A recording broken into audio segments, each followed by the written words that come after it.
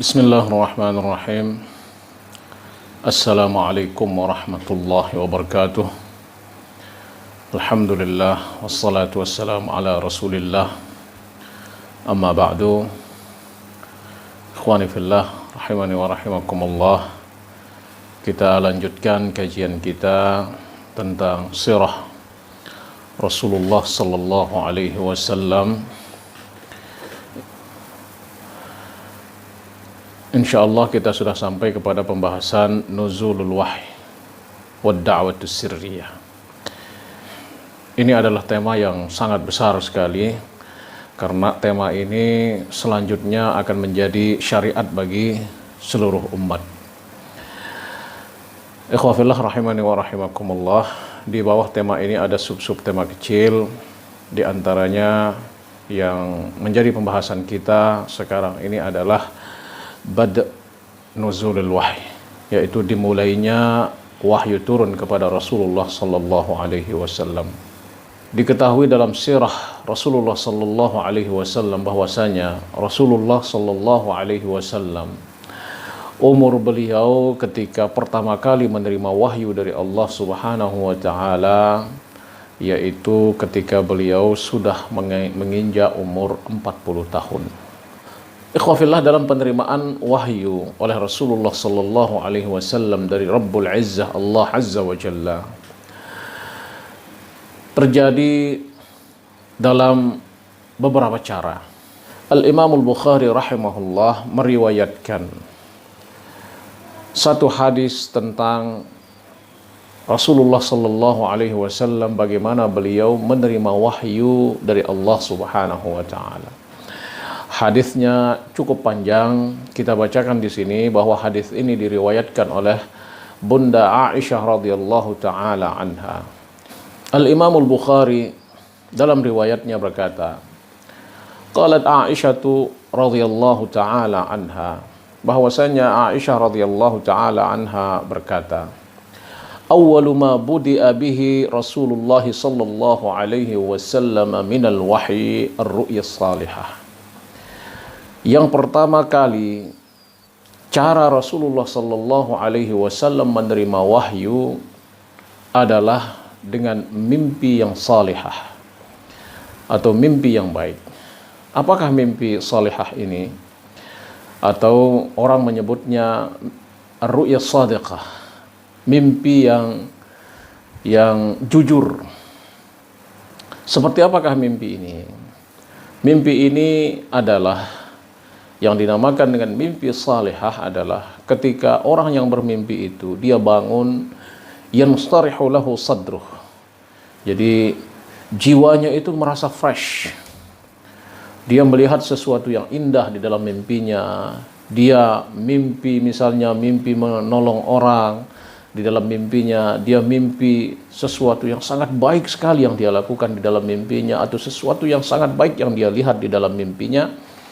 Itulah Allah Subhanahu wa taala mengilhami pertama Rasulnya Rasulullah sallallahu alaihi wasallam. Jadi penerimaan wahyu dari mimpi ini bisa dikatakan sebagai ilham.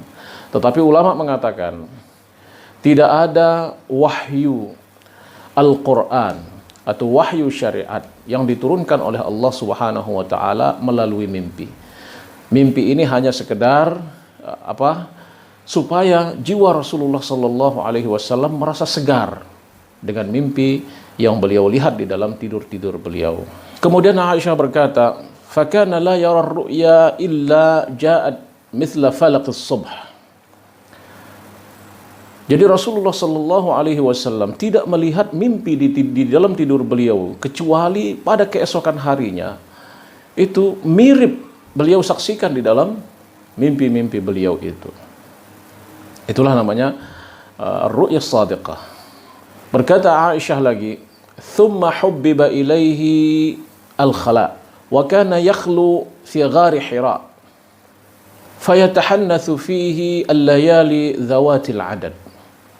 Cara yang kedua Rasulullah sallallahu alaihi wasallam menerima wahyu seperti yang dikabarkan oleh Aisyah radhiyallahu anha ini adalah hubbiba ilaihi al-khala, beliau diilhamkan oleh Allah Subhanahu wa taala suka menyendiri. Beliau menyendiri di suatu gua namanya Gua Hira. Fayatahannatsu fihi, kata Aisyah. Yatahannats di sini adalah beribadah, berritual. Diilhamkan oleh Allah Subhanahu wa taala di dalam gua tersebut. Beliau melakukan ritual di dalam gua itu bermalam-malam, tidak keluar dari situ. Kalau sudah habis bekal beliau, baru beliau kembali ke istri beliau Khadijah radhiyallahu anha. Sebagaimana yang diceritakan oleh Aisyah di dalam hadis ini, beliau mengatakan, qabla an yanzi'a ila ahlihi wa yatazawwadu lidzalik. Beliau di situ bermalam-malam melakukan ritual menyembah Allah Subhanahu wa taala sebagaimana yang sudah diilhamkan oleh Allah Subhanahu wa taala. Setelah itu bila mana habis bekal beliau, baru beliau untuk mencari bekal lagi turun. Hatta ja'ahul haqqu wa huwa fi ghari Hira. Sampai datanglah waktu pertama kali diturunkannya wahyu oleh Allah Subhanahu wa taala ketika beliau masih berada di Gua Hira. Faja'ahul malaku faqal. Datang malaikat Jibril dan langsung berkata. Jadi malaikat Jibril ini datang sesuai dengan penciptaan aslinya. Karena Jibril adalah hamba Allah Subhanahu wa taala yang ditugaskan oleh Allah Subhanahu wa taala untuk mengantarkan wahyu kepada para nabi. Dari zaman Nabi Adam sampai Nabi Muhammad sallallahu alaihi wasallam. Tugas Jibril adalah mengantarkan wahyu kepada para anbiya Allah Subhanahu wa taala. Sampailah dia kepada Rasulullah sallallahu alaihi wasallam di malam itu untuk menyampaikan wahyu Allah Subhanahu wa taala kepada rasulnya yang terakhir, yaitu Muhammad sallallahu alaihi wasallam. Dan beliau ini datang sesuai dengan penciptaan aslinya. Karena di beberapa momen nanti ketika Rasulullah sallallahu alaihi wasallam menerima wahyu yang lain dari Jibril, kadang-kadang berubah bentuk, kadang-kadang menjadi manusia, kadang-kadang menjadi orang yang sangat gagah sekali, kadang-kadang yang lain juga bentuk malaikat Jibril kepada Rasulullah sallallahu alaihi wasallam. Nah, malam itu malaikat Jibril datang sesuai dengan penciptaan aslinya sebagai malaikat. Apa kata malaikat Jibril kepada Rasulullah sallallahu alaihi wasallam? Iqra. Rasulullah menjawab, ma ana biqari. Aku tak bisa membaca.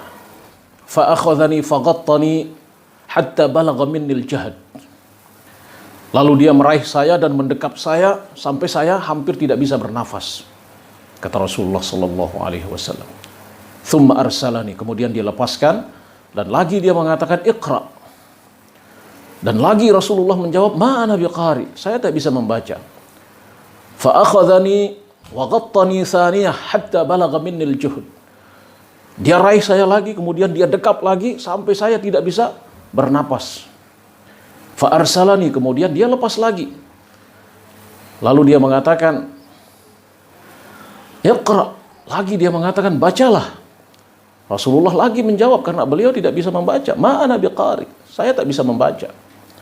Fa akhadhani wa ghattani hatta balagha minni al-jahd thalithatan. Dia raih saya lagi, kemudian dia dekap lagi sampai saya tidak bisa bernafas untuk yang ketiga kalinya. Fa arsalani, kemudian dia lepaskan. Faqala thalithatan, kemudian yang ketiga kali dia mengatakan iqra. Rasulullah menjawab, ma ana biqari. Lalu dia berkata, iqra bismi rabbikal ladzi khalaq, khalaqal insana min 'alaq, iqra wa rabbukal akram. Itulah pertama kali wahyu yang diterima oleh Rasulullah sallallahu alaihi wasallam, yaitu iqra. Bacalah. Bismi rabbikal ladzi khalaq, atas nama Tuhanmu yang mencipta. Khalaqal insana min 'alaq, yang menciptakan manusia dari 'alaq, yaitu sesuatu yang menggumpal, yang menggantung. Iqra wa rabbukal akram. Bacalah atas nama Tuhanmu yang maha mulia. Faraja'a biha Rasulullah sallallahu alaihi wasallam yarjufu fuaduh. Lalu setelah itu Rasulullah sallallahu alaihi wasallam setelah menerima wahyu ini dan sudah menghafal wahyu ini, beliau lari turun kepada keluarga beliau, yarjufu fuaduh, sedangkan hati beliau itu masih dalam goncangan. Fadakhala ala Khadijah binti Khuwailid faqala zammiluni zammiluni zammiluni. Lalu dia masuk mencari Khadijah dan mengatakan zammiluni zammiluni zammiluni, selimuti saya, selimuti saya, selimuti saya. Beliau dalam keadaan takut yang luar biasa. Sampai-sampai Aisyah menyifatinya di sini yarjufu fuaduh, bergetar hati Rasulullah sallallahu alaihi wasallam. Irtijaful qalb itu adalah kayak ayam dimandikan dengan air dingin kemudian menggigil, itu namanya yarjuf. Jadi yartajifu fuadu Rasulullah sallallahu alaihi wasallam, menggigil hati Rasulullah sallallahu alaihi wasallam dengan melihat pemandangan yang beliau baru saja lihatkan, sehingga beliau datang kepada Khadijah mengatakan zammiluni, selimuti saya, selimuti saya, selimuti saya. Fazammaluhu hatta dhahaba anhu ar-raw. Jadi di situ isi rumah sibuk semuanya. Khadijah memanggil anak-anak, Khadijah memanggil para budak untuk menyelimuti Rasulullah sallallahu alaihi wasallam. Takbirnya di sini mengatakan fazammaluhu, lalu mereka menyelimuti Rasulullah sallallahu alaihi wasallam. Hatta dhahaba anhu ar-raw, sehingga beliau kembali merasa tenang. Faqala li Khadijah binti Khuwailid wa akhbaraha al-khabar. Faqal, dia berkata kepada Khadijah dan menceritakan apa yang beliau alami ketika berada di gua Hira itu. Fa khasyitu ala nafsi, saya sangat takut sekali, saya khawatir tentang diri saya, kata beliau. Tapi apa kata Khadijah radhiyallahu anha menjawab suaminya, seorang perempuan yang saleh, selalu mendukung apa yang dilakukan oleh Rasulullah sallallahu alaihi wasallam, selalu memberikan dedikasi yang terbaik untuk Rasulullah sallallahu alaihi wasallam. Apa jawaban perempuan yang saleh ini? Kalla, sekali-kali tidak. Wallahi la yukhzikallahu abada, demi Allah, Allah tidak akan menyakitimu selamanya. Lalu Khadijah menghibur Rasulullah sallallahu alaihi wasallam dan menyebut kebaikan-kebaikan beliau sebagai alasan bahwa Allah tidak akan menyia-nyiakan Rasulnya sallallahu alaihi wasallam. Ada firasat pada diri Khadijah bahwa ini adalah orang yang sangat baik sekali, tidak mungkin dia disakiti oleh apapun. Apa kata Khadijah? Innaka latasilur rahim wa tahmilul kal. Wahai Muhammad, engkau adalah orang yang selalu menyambung silaturahim. Tidak pernah ada orang menjadi musuhmu. Wa tahmilul kal, engkau selalu memberikan orang lemah, memberikan makan, memberikan uang, memberikan infak kepada orang-orang lemah, orang-orang yatim, itu namanya kal. Wa taksibul ma'dum, ini artinya bahwa memberikan kepada orang yang tidak pernah dia temukan di orang lain. Memberikan dengan cara yang sangat baik, memberikan sesuatu yang terbaik yang dia miliki. Wa taqrid dhaif, engkau selalu melayani tamu yang datang wahai Muhammad. Wa tu'inu ala nawaibil haqq, dan engkau selalu membantu bila mana masyarakat dalam keadaan kesusahan. Apakah kesusahan kedatangan badai, kesusahan kedatangan banjir, kesusahan kedatangan gempa, kesusahan, pokoknya masyarakat secara keseluruhan dalam keadaan susah, engkau selalu bantu. Fantalaqat bihi Khadijah hatta atat Waraqah bin Naufal. Walau demikian, Khadijah radhiyallahu anha setelah menghibur suaminya yang begitu kaget dengan pengalaman yang dia terima, dia membawa Rasulullah sallallahu alaihi wasallam kepada saudaranya namanya Waraqah bin Naufal. Waraqah bin Naufal ini adalah seorang Arab di Makkah yang kebetulan beragama Nasrani waktu itu. Karena mayoritas orang-orang di Makkah ketika zaman Rasulullah sallallahu alaihi wasallam adalah penyembah berhala. Sangat sedikit orang-orang yang masih berada di dalam Nasrani yang bagus. Salah satunya adalah Waraqah bin Naufal ini. Datanglah Khadijah radhiyallahu anha membawa Rasulullah sallallahu alaihi wasallam untuk mencari tahu apa yang dialami oleh baginda Rasulullah sallallahu alaihi wasallam. Waraqah bin Naufal ini wa kana syaikhan kabiran. Waraqah bin Naufal ini adalah seorang sudah yang sangat lanjut usia, sudah tua sekali. Faqalat Khadijah lah, ya ibna ammi. Khadijah berkata kepadanya, wahai saudaraku atau anak pamanku. Jadi walaupun keluarga jauh di kalangan orang Arab itu memanggilnya ibna am, anak paman atau saudara. Isma' min ibni akhik. Dengarlah anak saudaramu ini, yaitu Muhammad sallallahu alaihi wasallam. Dia akan menceritakan sesuatu padamu, kata Khadijah kepada Waraqah bin Naufal. Lalu Waraqah bin Naufal mengalih pandangannya kepada Rasulullah sallallahu alaihi wasallam dan dia berkata sangat lembut kepada Rasulullah sallallahu alaihi wasallam. Dia berkata, "Aibna akhi, wahai anak saudaraku, madza tara?" Fa akhbarahu Rasulullah sallallahu alaihi wasallam ma ra'a. Dan Rasulullah sallallahu alaihi wasallam menceritakan apa yang dia alami di Gua Hira itu. Ketika bertemu dengan Jibril dengan wajahnya yang asli, dan ketika ia mendekapnya dan lalu memberikan wahyu kepadanya, "Iqra bismi rabbikal ladzi khalaq." Lalu apa kata Waraqah bin Naufal kepada Rasulullah sallallahu alaihi wasallam? "Hadzan namusul ladzi nazala ala Musa." Ini adalah makhluk atau makhluk yang terbang yang datang kepada Musa dulu. Karena Waraqah ini adalah ahlu kitab. Dia tahu cerita-cerita yang dialami oleh Nabi Musa alaihissalam, cerita yang dialami oleh Nabi Isa alaihissalam. Karena dia yaktubu bil Ibraniyah. Dia menulis kitab dengan bahasa Ibrani. Artinya dia sangat faham dengan kitab Taurat yang ditinggalkan oleh Nabi Musa dan Nabi Isa alaihissalam. Lalu Waraqah bin Naufal berkata lagi kepada Rasulullah sallallahu alaihi wasallam, "Ya laitani jaza'an wa ya laitani hayyan idh yukhrijuka qaumuk." Saya berharap, saya sangat berharap. Ini laita, fi'il laita di dalam bahasa Arab itu adalah harapan yang tidak bisa terwujud. Artinya kalau saja saya masih muda, sedangkan dia sudah tua sekali sekarang ini. Kalau saja saya masih muda, jaza'an, kata Waraqah bin Naufal.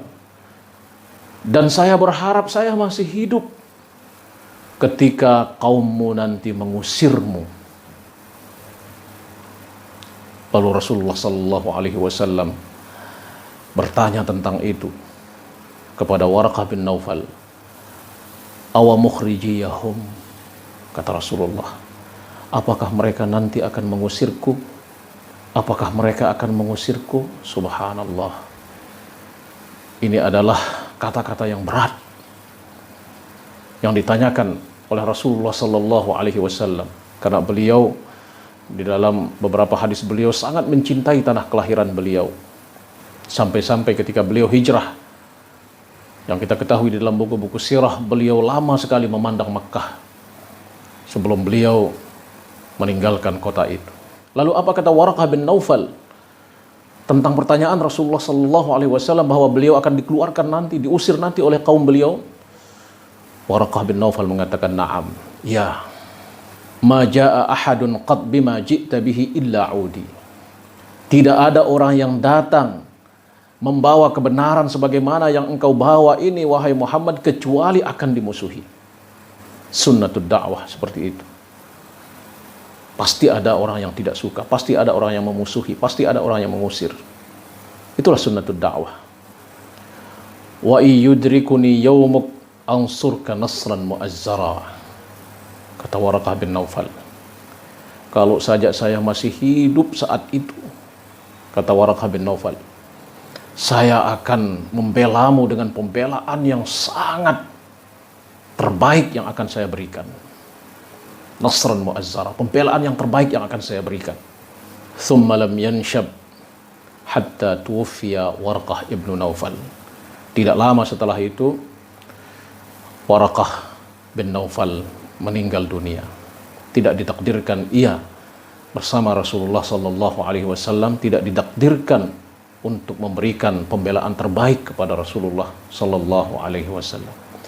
Inilah hadis yang diriwayatkan oleh Aisyah radhiyallahu taala anha tentang pertama-tama kali Rasulullah sallallahu alaihi wasallam menerima wahyu.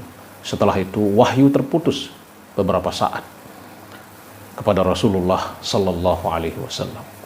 Ikhwafillah rahimani wa rahimakumullah.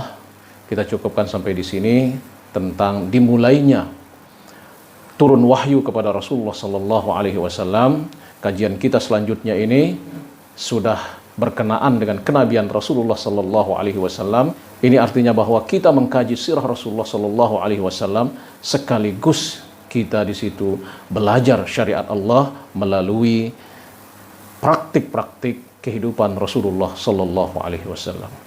Sekian aqulu qauli hadza wa astaghfirullah li wa lakum. Wassalamu alaikum warahmatullahi wabarakatuh.